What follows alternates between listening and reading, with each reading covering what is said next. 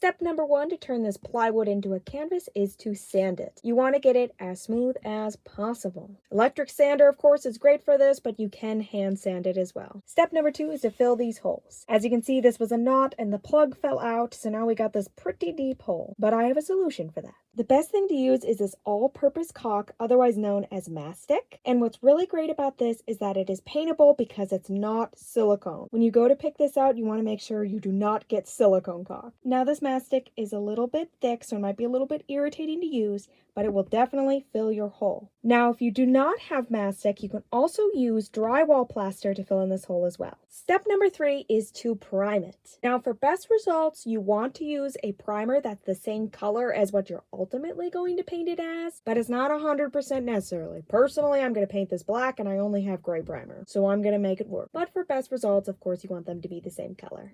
And this is what it looked like after I did the 3 steps. I do have a bonus tip for you, which is to use a paper template. So I'm going to take this game character and I'm going to paint it on here, but I'm first drawing it, as you can see, on a piece of paper, because then I can cut this out and it could be a perfect template for me, so I can place it exactly in the middle, get it exactly where I want, trace it out, and then just add the details. And this is the final product. As you can see, I've painted what I want to onto it. As you can see, the wood grain is still visible and there's some slight little pits here, but it really doesn't matter. It really doesn't change the final effect. So as you can see, you can definitely paint on wood. It works good. If you found this video helpful, give it a like and let me know what you're working on down below.